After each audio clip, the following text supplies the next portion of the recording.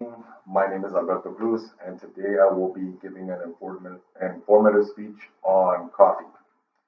And I have titled this Lightning in a Cup. So, um, this is going to be my audience. It's an audience with you. Say hi, audience. Okay, so without further ado, um, as you all know, I'm going to be discussing coffee. Now, how many of you guys are coffee drinkers? Two? Okay, great. So, let me just get started. Coffee has become part of the morning just like eggs and toast.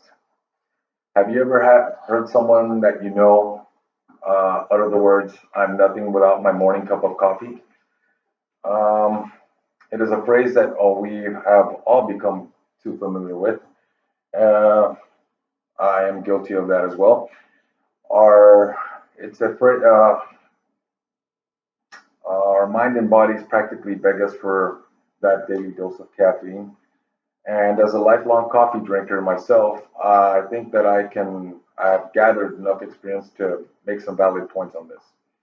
So, first, we'll be discussing the history of coffee and its origin. So, it was discovered in Ethiopia by a goat herder named Kaldi. He was amazed by the energy that he got when he consumed this plant, and um, no exact dates go back to say this will, in this certain amount of year it was found or it was original or it was originated from. But it is known that trading began as of the 15th century, and by the 16th century it was well known in Egypt, Syria, and Turkey. In 1714, coffee was given as a plant to King Louis XIV of France as a gift. During this time, coffee was exclusive to only France. Coffee's name was derived from Ethiopian language named Kaffa. Since then, it spawned off into different names and different languages. For example, in Arabic or Turkish, it is called kabi or kavi. In French, it was simply called café. In German, its name is Kaff. And in Italian, it's just simply named cafe.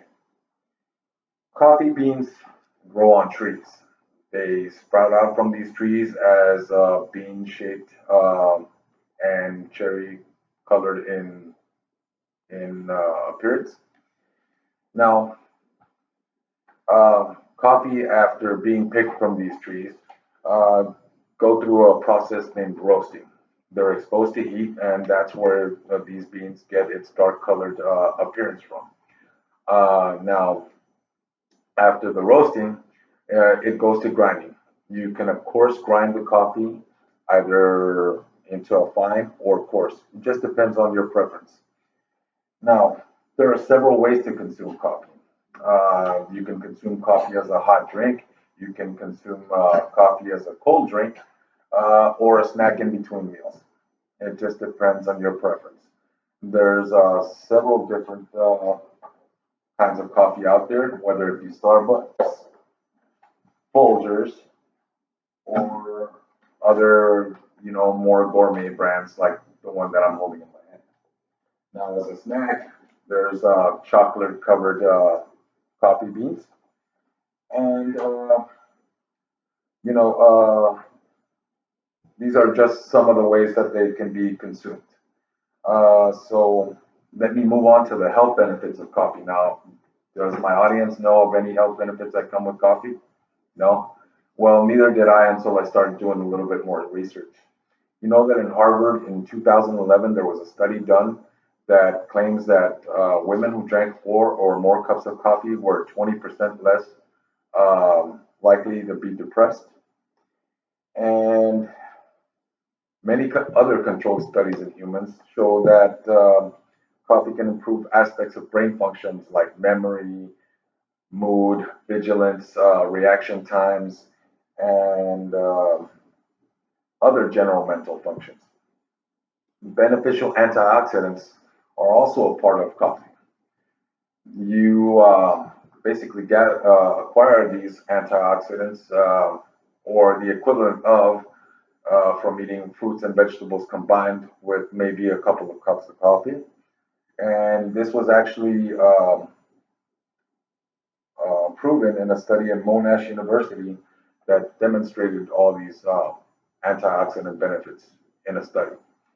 Furthermore, these are just a few of a long list of health benefits that are related in the consumption of this world renowned drink. All of us have grown to love this drink.